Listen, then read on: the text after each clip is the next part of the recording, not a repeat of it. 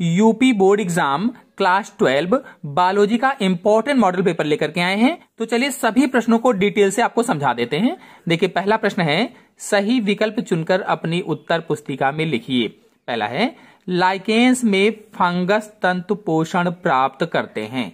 जो लाइकेंस होते हैं वास्तव में ये शैवाल और कवक का मिला जुला रूप होता है। शैवाल और कवक का, देखिए शैवाल होते हैं हरे और हरे होने के कारण प्रकाश संश्लेषण क्रिया के माध्यम से भोजन का निर्माण करते हैं। तो ये भोजन जो कवक होता है इनसे लेता है और इनको रहने का स्थान देता है। इस तरह से लाइकेन बन जाते हैं। अब जो लाइकेन है, लाइकेन में फंगस तंतु पोषण प्राप्त करता है। किससे? तो शैवालों से प्राप्त करेगा, शैवालों से प्राप्त करता है। और आपको बता दें, जो लाइकेंस होते हैं, लाइकेंस जो होते हैं ये वायु प्रदूषण के इंडिकेटर होते हैं। अगर ज्यादा वायु प्रदूषण होता है तो ये धीरे धीरे करके खत्म होने लगते हैं। इस तरह से आप जान जाते हैं कि वायु प्रदूषण ज्यादा हो रहा है। तो लाइकेंस वायु प्रदूषण के इंडिकेटर्स होते हैं। फिर अगला क्वेश्चन है, प्राकृतिक वास स्थान में जीवों का संरक्षण कहलाता है।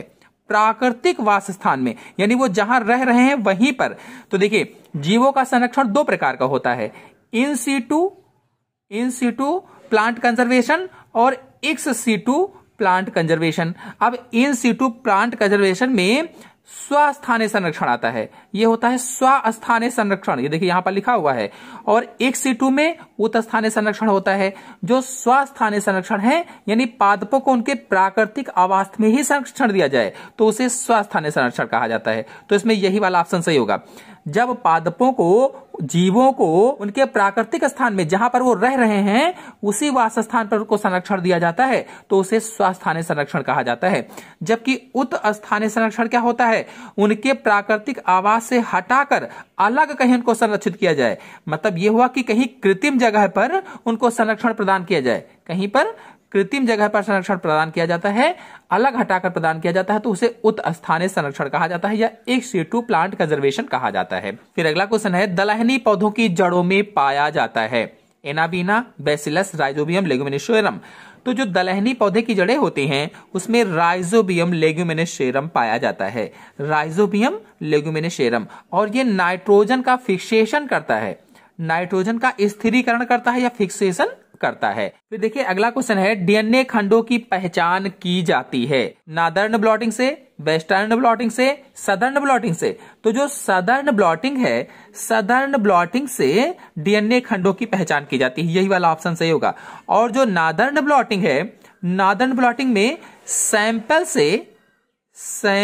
में आरएनए खंडों की पहचान की जाती है। सैंपल से क्या कहते हैं, आरएनए खंडों की पहचान अगर करना है तो नादर्न ब्लॉटिंग से की जाती है, आरएनए खंडों की पहचान। और वेस्टर्न ब्लॉटिंग से क्या किया जाता है, सैंपल में प्रोटीन की पहचान की जाती है। प्रोटीन की पहचान करने के लिए वेस्टर्न ब्लॉटिंग का प्रयोग किया जाता है। तो सभी जान गए, सदर्न ब्लॉटिंग में डीएनए खंडों की पहचान, नादर्न ब्लॉटिंग में सैंपल में आरएनए खंडों की पहचान, वेस्टर्न ब्लॉटिंग में प्रोटीन की पहचान की जाती है। फिर अगला क्वेश्चन है 2 नंबर, व्युत्क्रम या अन्योन्यता प्रसंस्करण क्या है, उदाहरण द्वारा स्पष्ट कीजिए। 1 नंबर का है, थोड़ा सा आपको लिखना है। तो देखिए इसको यहां समझा देते हैं। क्रॉस में अगर नर जनक को, नर पेरेंटियल पीढ़ी को, नर को मादा की जगह पर तथा मादा को नर की जगह पर प्रयोग करते हैं या उपयोग करते हैं तो उसे ही व्युत्क्रम प्रसंस्करण या अन्योन्यता प्रसंस्करण कहा जाता है। क्या है, क्रॉस में अगर नर जनक को मादा की जगह पर और मादा को नर की जगह पर प्रयोग किया जाता है तो उसे ही व्युत्क्रम अन्योन्यता प्रसंस्करण कहा जाता है। माने ये हुआ, लंबे पौधे नर के रूप में पहले लिया और बौने पौधे मादा के रूप में लिया, मादा के रूप में लिया। जो लंबे पौधे थे वो नर के रूप में, बौने पौधे जो थे उन्हें क्या लिया, उन्हें मादा के रूप में लिया गया है। अगर पहले प्रयोग किया गया, इनका पहले प्रयोग इस रूप में किया गया। अब जब दूसरी बार प्रयोग करेंगे तो बौने पौधे नर के रूप में और लंबे पौधे मादा के रूप में। देखिए बिल्कुल उसका उल्टा हो गया, व्युत्क्रम हो गया, तो व्युत्क्रम प्रसंस्करण इसीलिए इसको कहा जाता है। फिर अगला क्वेश्चन है अनिषेक जनन को परिभाषित कीजिए, एक उदाहरण भी दीजिए। देखिए जब बिना निषेचन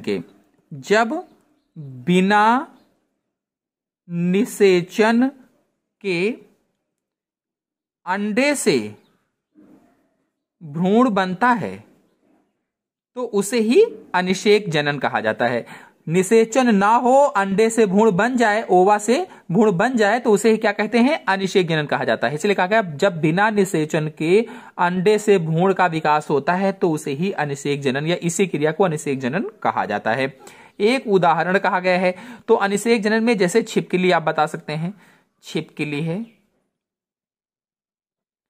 मधुमक्खी बता सकते हैं, मधुमक्खी है, ये कई सारे अनिषेक जनन के उदाहरण होते हैं। फिर अगला है परिपक्व परागकोश की अनुप्रस्थ काट का नामांकित चित्र बनाइए।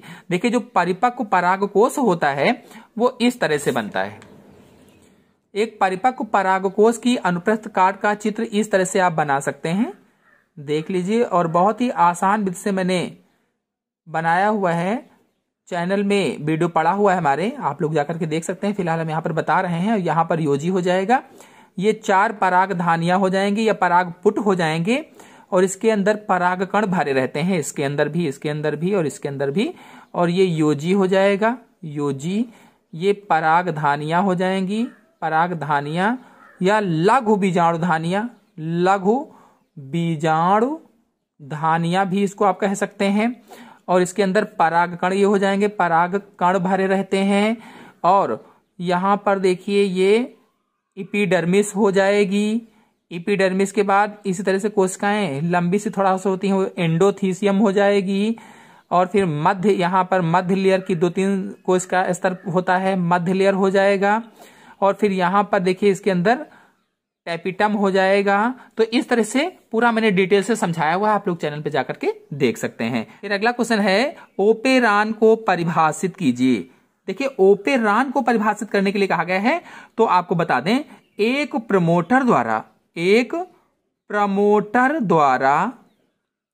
प्रमोटर के द्वारा नियंत्रित जीनों के एक समूह को ओपेरान कहा जाता है, ओपेरान कहते हैं। एक प्रमोटर के द्वारा नियंत्रित या कंट्रोल्ड जीनों के एक समूह को ही ओपेरान कहा जाता है, समझ गए होंगे। और इसका सिद्धांत किसने दिया था, जैकब और मोनार्ड ने ओपेरान मॉडल प्रस्तुत किया था।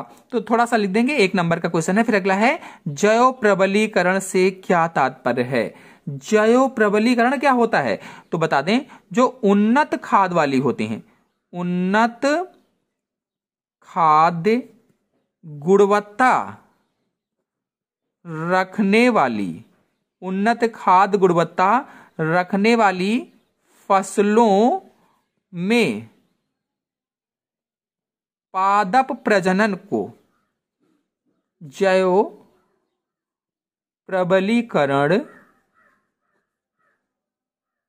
कहते हैं। उन्नत खाद्य गुणवत्ता रखने वाले फसलों में पादप प्रजनन को जैव प्रबलीकरण कहा जाता है। 1 नंबर का क्वेश्चन है, इतना लिख देंगे, काफी है। फिर अगला है इंटरफेरान क्या है, प्रतिरक्षी अनुक्रिया में इनका क्या महत्व है। देखिए जो इंटरफेरान है ये क्या होते हैं, वायरसों द्वारा जो संक्रमित कोशिकाएं होती हैं, जैसे यहां पर वायरस ने संक्रमित किया है, तो वायरसों के द्वारा संक्रमित कोशिकाएं एक विशेष एंटीवायरल प्रोटीन बनाती हैं, उनके चारों ओर एक विशेष एंटीवायरल प्रोटीन स्रावित होने लगता है, इसी को इंटरफेरान कहा जाता है। मतलब इंटरफेरान की परिभाषा क्या होगी, देखिए इंटरफेरान की परिभाषा क्या होगी कि वायरसों द्वारा संक्रमित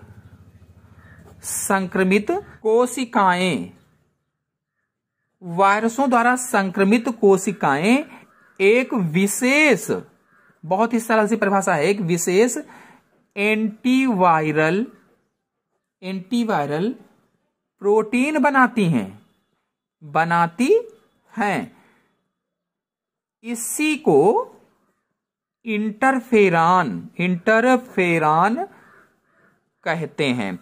इंटरफेरॉन क्या है? वायरसों के द्वारा संक्रमित कोशिकाएं एक विशेष एंटीवायरल प्रोटीन बनाती हैं, उसे ही इंटरफेरॉन कहा जाता है। जैसे यहां पर वायरस ने संक्रमित किया तो इसके चारों ओर एक विशेष प्रोटीन स्रावित होने लगती है, एक विशेष एंटीवायरल प्रोटीन बनने लगती है, उसे ही इंटरफेरॉन कहा जाता है। और ये जो इंटरफेरॉन होता है या एंटीवायरल प्रोटीन होती है, ये स्वस्थ पोषक कोशिकाओं को, जहां पर स्वस्थ पोषक कोशिकाएं हैं, स्वस्थ पोषक कोशिकाओं को वायरल संक्रमण से सुरक्षा प्रदान करती हैं। कहा गया था प्रश्न में, देखिए प्रश्न में कहा गया था कि प्रतिरक्षा क्रिया में इनका महत्व क्या है, प्रतिरक्षा इनसे कैसे प्राप्त होती है। तो आप क्या बताएंगे इसका आंसर? इसका आंसर आप बता देंगे कि ये स्वस्थ पोषक कोशिकाओं को वायरल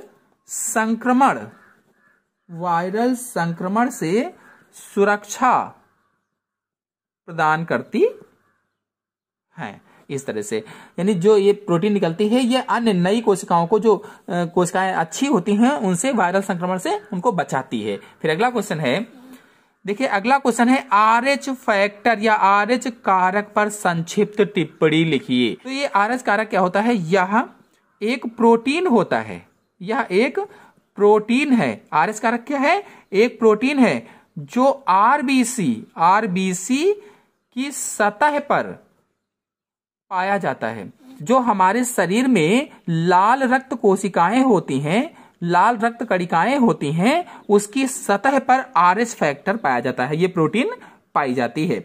और आपको बता दें, यदि आपके ब्लड में आरबीसी की सतह पर RH फैक्टर है तो आप RH पॉजिटिव हैं। अगर आपके ब्लड में आरबीसी की सतह पर RH कारक है तो आप RH पॉजिटिव हैं, और अगर नहीं है तो RH नेगेटिव हैं। और इसी के आधार पर खून का जो ब्लड ग्रुप होता है वो पॉजिटिव और नेगेटिव होता है। इसी आधार पर खून पॉजिटिव और नेगेटिव होता है, RH के आधार पर या RH कारक के आधार पर। फिर अगला है कोडिंग तथा नॉन कोडिंग डीएनए में टिप्पणी लिखिए। देखिए कोडिंग डीएनए क्या होता है? सक्रिय डीएनए होता है। कोडिंग डीएनए सक्रिय डीएनए होता है, या एक्टिव डीएनए को कहा जाता है कोडिंग डीएनए। एक्टिव क्रियाशील जो होता है, क्रियाशील जो होता है, जो काम करता है। और नॉन कोडिंग डीएनए क्या है? तो ये अक्रिय होता है, अक्रिय। नॉन कोडिंग डीएनए अक्रिय या निष्क्रिय भी आप कह सकते हैं, निष्क्रिय या इनएक्टिव आप कह सकते हैं, जो काम ना करे। तो इस पर मेरे चैनल में फुल वीडियो अपलोडेड है, आप लोग जाकर के देख सकते हैं। मैंने कोडिंग और नॉन कोडिंग में अंतर भी समझाया हुआ है, दोनों के बारे में बताया भी हुआ है। डिस्क्रिप्शन में मैं लिंक दे दूंगा, वहां से आप जाकर के इसको देख लीजिएगा। फिर अगला है लिंग निर्धारण क्या है? पक्षियों तथा मधुमक्खियों में लिंग निर्धारण की क्रिया को समझाइए। तो लिंग निर्धारण में कैसे बताएंगे? ऐसा सिस्टम जो जीव में यौन विशेषताओं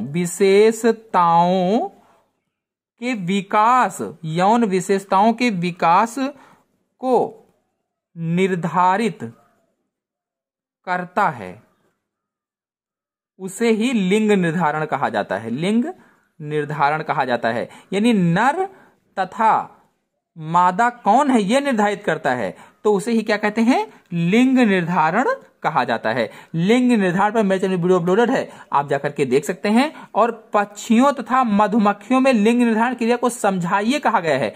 तो देखिए जो पक्षी होते हैं, इनमें आइए देख लेते हैं कैसे लिंग निर्धारण होता है। मेल क्या होता है?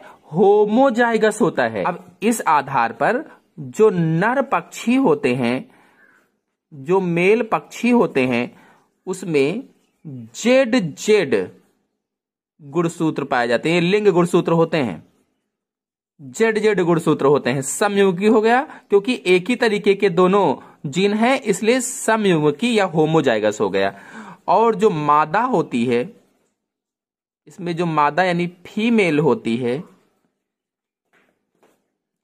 फीमेल में कैसे होते हैं? तो फीमेल में WZ प्रकार के गुणसूत्र पाए जाते हैं, ये भी लिंग गुणसूत्र होते हैं। जो लिंग निर्धारण है वो लिंग गुणसूत्र करते हैं, लिंग का निर्धारण लिंग गुणसूत्र करते हैं। देखिए पक्षियों में लिंग निर्धारण के लिए मैंने बताया जो मेल है यानी जो नर है उसमें जेड जेड प्रकार के युग्मक पाए जाते हैं, और जो फीमेल है यानी जो मादा है, मादा में डब्लू जेड प्रकार के पाए जाते हैं। अब अगर इन युग्मकों को अलग अलग हम कर लें, ये डब्लू हो जाएगा, ये जेड हो जाएगा, तो इनका निषेचन यानी क्रॉस करवाने पर देखिए यहां जेड डब्लू या डब्लू जेड आप लिख सकते हैं, डब्लू जेड पहले लिखिए तो ज्यादा सही रहेगा। इससे इसका निषेचन करवाएंगे तो जेड जेड, इससे इसका क्रॉस करवाएंगे तो डब्लू जेड यहां भी कर लीजिए,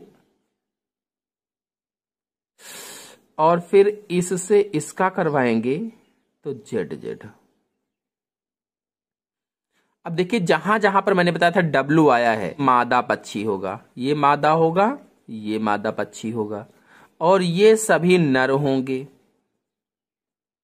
तो जहां जहां पर डब्लू आया है वहां वहां पर मादा पक्षी होंगे, जहां जहां पर जेड ही है वहां पर नर पक्षी होंगे। इसका मतलब ये हुआ कि 50% मादा पक्षी शिशु और 50% नर पक्षी शिशु जन्म लेंगे। फिर अगला प्रश्न है उल्ब वेधन पर टिप्पणी लिखिए, इसे प्रतिबंधित क्यों किया गया है। बहुत ही अच्छा क्वेश्चन है। देखिए उल्ब वेधन क्या है, तो एमनियोसेंटेसिस है, एमनियोसेंटेसिस होती है। और जब माता के गर्भ में गर्भाशय की दीवार से भ्रूण स्थापित हो जाता है, जैसे यहां पर ये भ्रूण है, तो इसके चारों ओर एक झिल्ली बन जाती है जिसमें एमनियोटिक द्रव भरा होता है। ये एमनियोटिक द्रव इसके अंदर भरा रहता है, और इस एमनियोटिक द्रव को इंजेक्शन सुई के माध्यम से बाहर निकाल करके भ्रूण के लिंग की जांच हो सकती है, भ्रूण लिंग की जांच की जा सकती है, और इसीलिए इसको प्रतिबंधित किया गया है ताकि भ्रूण लिंग की जांच ना हो। तो देखिए कहा गया था उल्ब वेधन पर टिप्पणी लिखिए, फिर इसे प्रतिबंधित क्यों किया गया है, तो इसीलिए प्रतिबंधित किया गया है ताकि भ्रूण लिंग जांच रोका जा सके, कन्या भ्रूण हत्या को रोका जा सके। अब यदि आप इस पर डिटेल से जानना चाहते हैं तो डिस्क्रिप्शन में मैंने लिंक दे दिया है, वहां से आप जाकर के वीडियो को देख सकते हैं। फिर अगला क्वेश्चन है मनुष्य में भ्रूणीय विकास की प्रक्रिया का ब्लास्टुला निर्माण तक वर्णन कीजिए। आइए इसको चित्र के माध्यम से आपको डिटेल से समझा देते हैं। देखिए ये स्त्री का गर्भाशय है, इस तरह से बना लेंगे स्त्री का जनन तंत्र पूरा। यहां पर झालर लगा करके यहां से यहां पर इधर अंडाशय बना देंगे, यहां पर एक झालर लगा देंगे। अब भ्रूणीय विकास की क्रिया को दिखाना है, तो देखिए यहां पर जब अंडाशय से अंडा निकला तो ये अंडा झालर के द्वारा कैच कर लिया जाता है, और इधर से शुक्राणु डाले जाते हैं, दौड़ते हुए आते हैं, और शुक्राणुओं के द्वारा यहाँ जो सबसे पहले शुक्राणु इससे टच हो जाता है उसी से निषेचन हो जाता है। अब यहाँ पर निषेचन की क्रिया हो गई है। निषेचन की क्रिया के बाद दूसरा स्टेप जायगोट बनता है। जब निषेचन हो जाता है तो जायगोट का निर्माण होता है, और इसके बाद इस जायगोट में विदलन शुरू होता है। एक कोशिका से दो कोशिका, तो क्या हो जाएगा, विदलन शुरू हो जाएगा। और विदलन के बाद में इसमें जब कई कोशिकाएं हो जाती हैं, गेंद जैसी संरचना हो जाती है, तो उसे मोरुला कहा जाता है, मोरुला स्टेज कहा जाता है, और धीरे धीरे आगे बढ़ता भी रहता है इसी स्टेज में। और इसके बाद यहाँ गर्भाशय की दीवार में आने पर जब ये धंसने वाली स्थिति होती है तो ये इस तरह से थोड़ा सा बन जाता है, और इसके अंदर की जो कोशिकाएं हैं वो एक तरफ हो जाती हैं, इस तरह से एक भ्रूणीय घुंडी का निर्माण करती हैं। तब इसे ब्लास्टुला कहा जाता है, ब्लास्टुला स्टेज इसको कहा जाता है। और यहीं तक कहा गया था कि ब्लास्टुला स्टेज तक कैसे होगा, और इसके बाद ये माता के गर्भाशय के अंदर गर्भाशय की दीवार में धंस जाता है, और फिर 9 माह के बाद संपूर्ण बच्चा जन्म लेता है। तो इस तरह से भ्रूणीय परिवर्धन हो जाएगा। तो देखिए इसमें कहा गया था मनुष्य में भ्रूणीय विकास की प्रक्रिया का ब्लास्टुला निर्माण तक वर्णन कीजिए। तो इस तरह से आप ब्लास्टुला निर्माण तक वर्णन कर सकते हैं। फिर अगला है त्रिसंलयन क्या है, यह कहां और कैसे संपन्न होता है। त्रिसंलयन में सम्मिलित न्यूक्लियाई के नाम बताइए। आइए इसको भी डिटेल से समझा देते हैं। देखिए जो त्रिसंलयन है, ये जब परागकण आता है और वर्तिकाग्र पर पड़ता है, फिर पराग नलिका पुष्प की वर्तिका से होती हुई भ्रूणकोश तक पहुंचती है, यानी पुष्प के अंडाशय में होती हुई भ्रूणकोश तक पहुंचती, तो भ्रूणकोश इस तरह से होता है। और यहां मान लीजिए परागनलिका आई हुई है इस तरह से, और जो इसमें मेल गैमीट्स था वो 2 युग्मकों में, नर युग्मकों में बढ़ गया है, 2 नर युग्मकों में बढ़ जाता है, पहला नर युग्मक दूसरा नर युग्मक, इस तरह से 2 नर युग्मकों में बढ़ जाता है। अब यहां पर एक अंड कोशिका होती है, अंड सेल होती है या अंड कोशिका होती है। अब देखिए ये अंड कोशिका से एक नर युग्मक, इसमें से दोनों में से एक नर युग्मक जाकर के अंड कोशिका से संलयित हो जाता है।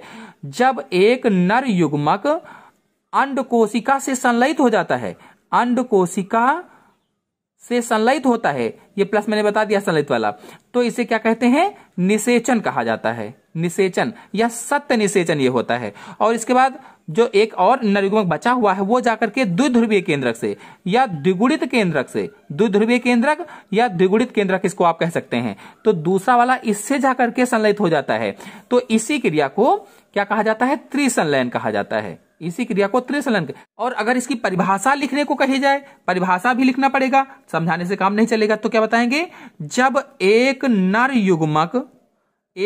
युग्मक अंड कोशिका से, अंड जैसे मैंने समझाया बिल्कुल वैसे ही, अंड कोशिका से तथा दूसरा नर युग्मक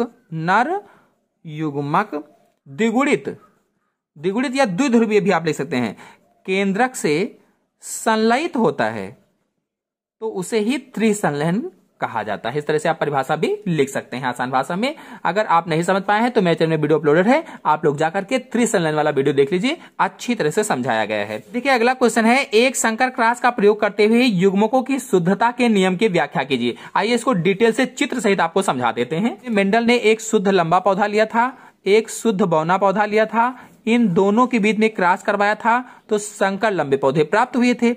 और फिर इनमें मेंडल ने क्या करवाया कि स्वपरागण करवाया था, सेल्फ पॉलिनेशन करवाया, स्वपरागण करवाया। जो F1 पीढ़ी थी, F1 पीढ़ी में ये पेरेंटियल पीढ़ी थी, तो इसमें स्वपरागण कराया F1 पीढ़ी में। तो स्वपरागण कराने पर इन्हें युग्मक पूर्ण रूप से फिर से प्राप्त हो जाते हैं और यहां पर संकर लंबे पौधे प्राप्त होते हैं। तो ये F2 पीढ़ी हो जाएगी। अब F2 पीढ़ी में देखिए यहां पर जो युग्मक था वैसे ही यहां पर प्राप्त हो जाता है और यहां पर संकर लंबे पौधे प्राप्त होते हैं। अब अगर यहां पर फिनोटाइप अनुपात देखा जाएगा तो फिनोटाइप अनुपात में 3:1 के अनुपात में पौधे प्राप्त होते हैं। और अगर जीनोटाइप अनुपात देखा जाएगा तो जीनोटाइप अनुपात में देखिए जीन के आधार पर अगर आप देखेंगे तो ये शुद्ध लंबा पौधा है, एक शुद्ध लंबा पौधा है, एक शुद्ध बौना पौधा और 2 संकर लंबे पौधे, तो 1:2:1 का अनुपात होगा। फिर मेंडल ने क्या किया था कि ये एक संकर में आगे इसके बीच में फिर शुद्ध लंबे पौधों के बीच में क्रॉस करवाया, तो यहां पर इनको सारे शुद्ध लंबे पौधे प्राप्त हुए थे। और फिर इसके बाद ये जो संकर लंबे पौधे थे इसमें भी क्रॉस इन्होंने करवाया। यहां पर देखिए बिल्कुल एक शुद्ध लंबा, 2 संकर लंबे और एक शुद्ध बौना पौधा प्राप्त होगा, क्योंकि यहां भी देखिए ऐसे ही था तो यहां ऐसे प्राप्त हुआ था, तो बिल्कुल ऐसे ही यहां पर भी है तो ऐसे ही प्राप्त होगा, इसका भी बिल्कुल ऐसे ही प्राप्त होगा। और यहां पर सभी बौने पौधे हैं तो सभी बौने पौधे ही प्राप्त होंगे। अगर आप नहीं समझ पाए हैं तो मैंने डिस्क्रिप्शन में लिंक दे दिया है, वहां से जाकर के आप वीडियो को देख सकते हैं। फिर अगला क्वेश्चन है, डीएनए अंगुली छापी पर टिप्पणी लिखिए, यानी डीएनए फिंगर प्रिंटिंग पर टिप्पणी लिखना है। तो डीएनए फिंगर प्रिंटिंग क्या होता है, डीएनए खंडों का आणविक कैंची कहो चाहे रेस्ट्रिक्शन एंडोन्यूक्लियेज एंजाइम कहो, तो रेस्ट्रिक्शन एंडोन्यूक्लियेज एंजाइम से कट करके डीएनए खंडों की मैचिंग करके किसी व्यक्ति की पहचान करना डीएनए अंगुली छापी कहलाता है। डीएनए खंडों को आणविक कैंची से कट करके डीएनए खंडों की मैचिंग करके किसी व्यक्ति की पहचान करना ही अंगुली छापी या डीएनए अंगुली छापी या डीएनए फिंगरप्रिंटिंग या डीएनए प्रोफाइलिंग कहलाता है। डीएनए प्रोफाइलिंग पर मेरे चैनल में अलग अलग भी वीडियो अपलोड हैं और एक में सारी क्रिया डिटेल से समझाई हुई अभी जल्दी ही अपलोड किया है। बहुत ही आसान तरीके से सब कुछ समझाया गया है, आप लोग जाकर के देख लीजिए। मोस्ट इंपॉर्टेंट है, क्वेश्चन आएगा जरूर। फिर अगले क्वेश्चन पर आते हैं। फिर देखिए अगला क्वेश्चन है आनुवांशिक कोड पर टिप्पणी लिखिए। चाहे आप आनुवांशिक कोड कहो, चाहे आप जेनेटिक कोड कह दो तो एक ही, चाहे आप जेनेटिक कोड कह दो एक ही बात है। तो देखिए जो डीएनए अणु होते हैं, डीएनए अणुओं में स्थित नाइट्रोजिनस क्षारकों का वह अनुक्रम डीएनए पर कोई भी वीडियो अगर आप देखना चाहते हैं तो मेरे चैनल में जाकर के आप देख सकते हैं, सभी वीडियो अपलोडेड हैं। क्षारकों का वह अनुक्रम जिसमें प्रोटीन अणुओं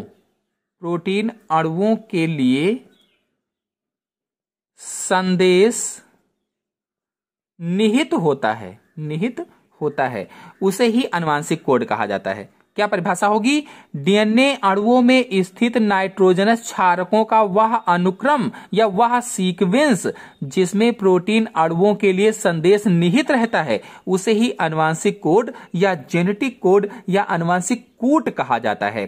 तो ये परिभाषा आप लिख देंगे और डिटेल से जानने के लिए मेरे चैनल से डिस्क्रिप्शन में लिंक है, जाकर के आप देख लीजिए, डिटेल से समझ लीजिए। फिर अगला है क्रॉसिंग ओवर क्या है, उदाहरण सहित समझाइए। समजात जो होते हैं गुणसूत्र, समजात गुणसूत्रों की प्रत्येक जोड़ी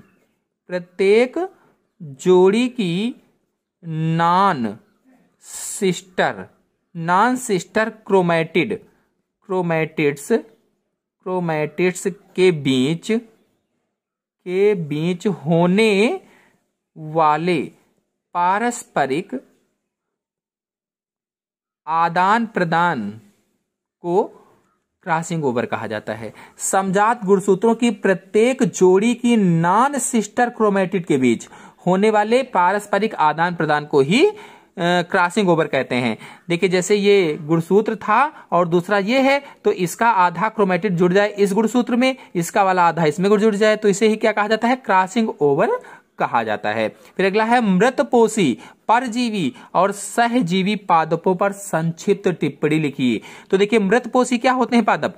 ऐसे पादप जो मृत खाद्य पदार्थों को, जो मृत व सड़ी गली जगहों पर उगते हैं, उन्हें ही मृतपोषी कहा जाता है। और परजीवी ऐसे पादप जो दूसरे पेड़ पौधों पर उगते हैं, और सहजीवी जो दूसरे पर उगते हैं लेकिन साथ साथ जीते हैं, दोनों को एक दूसरे का लाभ भी पहुंचाते हैं दोनों, तो उसे ही सहजीवी पादप कहा जाता है। अधिक जानकारी के लिए मेरे चैनल से आप वीडियो देख सकते हैं। फिर अगला है बायोस्फीयर रिजर्व पर नोट लिखिए।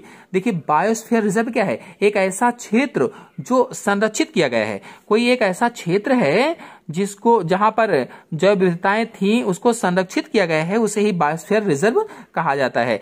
और इस पर मेरे चैनल में फुल वीडियो अपलोडेड है, बायोस्फीयर रिजर्व पर चित्र सही समझाया गया है, आप लोग जाकर के देख लीजिए कि इसमें 3 क्षेत्र होते हैं, उनके भाग भी, उनके बारे में डिटेल से मैंने बताया हुआ है। फिर देखिए जेनेटिक विविधता तथा जातीय विविधता में अंतर आपको बताना है। जो जेनेटिक विविधता है इसको आनुवांशिक विविधता भी कहा जाता है। जैसे हमारे देश में धान की जो फसलें होती हैं, धान की जो प्रजातियां होती हैं वो कई सारी होती हैं और वो सब अलग अलग तरीके की हैं, तो ये जेनेटिक विविधता हो गई। अगर जातीय विविधता में देखा जाए तो जातीय विविधता में क्या हो जाएगा? जैसे पश्चिमी घाट में मिलने वाले जो उभयचर जंतु हैं उनकी विविधता, पश्चिमी घाट में मिलने वाले उभयचर जंतुओं की विविधता। तो इस पर फुल वीडियो देखने के लिए चैनल में जाकर के आप देख सकते हैं। फिर अगला है वनस्पति समूहों को प्रभावित करने वाले कारकों का उल्लेख कीजिए। तो 2 प्रमुख कारक आपको बता दें, एक तो जलवायु संबंधी कारक, इसके अंदर क्या क्या आ जाएगा? प्रकाश आ जाएगा, प्रकाश है, तापमान है, जल है, वर्षा है, ये सब वनों को प्रभावित करते हैं या वनस्पति समूहों को प्रभावित करते हैं। और दूसरा क्या हो जाएगा? स्थलीय कारक। और स्थलीय कारक में क्या आ जाएगा? जैसे ऊंचाई है, कितनी ऊंचाई पर वनस्पति लगी हुई, पेड़ पौधे लगे हुए हैं, जैसे घाटी है, कितनी गहराई में लगे हुए हैं, ढलान, तो ये सब वनस्पति समूहों को प्रभावित करने वाले कारक होते हैं। अधिक जानकारी के लिए मेरे चैनल से आप वीडियो देख सकते हैं। फिर अगला है जैव उर्वरक किस प्रकार मृदा की उर्वरता को बढ़ाते हैं। आपको बता दें जो जैव उर्वरक होते हैं, ये जैव उर्वरक एक प्रकार के सूक्ष्म जीव होते हैं। सूक्ष्म जीव होते हैं। जैव उर्वरक क्या है? एक प्रकार के सूक्ष्म जीव हैं जो मृदा में पोषक तत्वों में वृद्धि करते हैं, मृदा की पोषक तत्वों में वृद्धि करते हैं। जैसे आपको बता दें, राइजोबियम है और नास्टाक है, एनाबीना है, साइनोबैक्टीरिया है। ये सब क्या है? नाइट्रोजन का फिक्सेशन करते हैं, मृदा में उर्वरता को बढ़ाते हैं। फिर अगला है, जीन बैंक का जैव विविधता बनाए रखने में क्या महत्व है? जीन बैंक क्या है, अगर ये पूछा जाए तो देखिए आपको बता दें कि जीन बैंकों में आनुवांशिक पदार्थ को सुरक्षित किया जाता है। जो आनुवांशिक पदार्थ होता है, उस आनुवांशिक पदार्थ को जीन बैंक में सुरक्षित किया जाता है। और आपको बता दें, जैसे पौधों के बीज हैं, पौधों के बीजों को संरक्षित किया जाता है, और ऊतक का संवर्धन किया जाता है, ऊतक है, तो ये सब रखे जाते हैं। तो जीन बैंक का जैव विविधता बनाए रखने में क्या महत्व है? तो इसका आप बता सकते हैं, अगर कोई पौधा है वो नष्ट हो रहा है, लेकिन उसको हमने जीन बैंक में रखा हुआ है, उसका ऊतक या कोई चीज, तो उसको फिर से उत्पन्न किया जा सकता है। इस तरह से डिटेल से आप बता सकते हैं। फिर अगला है, जीनी अभियांत्रिकी से आप क्या समझते हैं? पुनर्योगा डीएनए तकनीक की सहायता से इंसुलिन उत्पादन की क्रिया। वेरी मोस्ट इंपॉर्टेंट क्वेश्चन है और ये क्वेश्चन आएगा ही आएगा। तो जीनी अभियांत्रिकी कहो, चाहे जेनेटिक इंजीनियरिंग कहो, चाहे रिकॉम्बिनेंट डीएनए कहो, सब एक ही बात है। मैंने कई सारे नाम बताए हैं जो मोस्ट इंपॉर्टेंट लॉन्ग क्वेश्चन आपको समझाया है, बताया है कि ये आएंगे। उसी में आपको बताया कि इसके कितने सारे नाम है, किन किन नामों से पूछा जाता है। तो डिस्क्रिप्शन में मैंने लिंक दे दिया है, आप वहां से जाकर के इसको अच्छे से समझ सकते हैं। फिर अगला है, अगर आप ये क्वेश्चन नहीं करते हैं तो अथवा लगा हुआ है। प्रतिरक्षा से आप क्या समझते हैं? मनुष्य में पाए जाने वाले विभिन्न प्रकार के प्रतिरक्षात्मक वर्णन कीजिए। प्रतिरक्षा क्या है? तो रोगों से लड़ने की क्षमता ही प्रतिरक्षा होती है। रोगों से लड़ने की क्षमता को प्रतिरक्षा कहा जाता है। और मनुष्यों में पाए जाने विभिन्न प्रकार के, तो फुल वीडियो मेरे चैनल में अपलोडेड है, डिस्क्रिप्शन में लिंक है, आप लोग जाकर के डिस्क्रिप्शन में देख सकते हैं। फिर अगला है, प्राणियों में लिंग निर्धारण की XY WZ तथा विधि का वर्णन कीजिए। तो इस पर मेरे चैनल में अपलोडेड है, डिस्क्रिप्शन में लिंक है, मैंने दे दिया है, आप जाकर के देख सकते हैं। लॉन्ग क्वेश्चन है। फिर अगला है, जैव विविधता संरक्षण क्यों आवश्यक है और इसके लिए सरकार द्वारा उठाए गए कदमों का वर्णन कीजिए।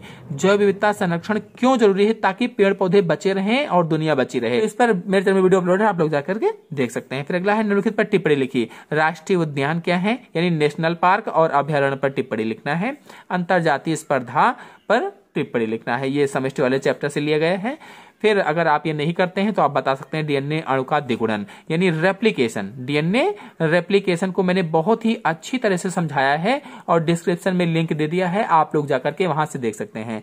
यदि आप लोगों को वीडियो पसंद आया हो तो वीडियो को लाइक और शेयर कीजिए। चैनल पर नए हैं तो चैनल को सब्सक्राइब कर लीजिए। धन्यवाद।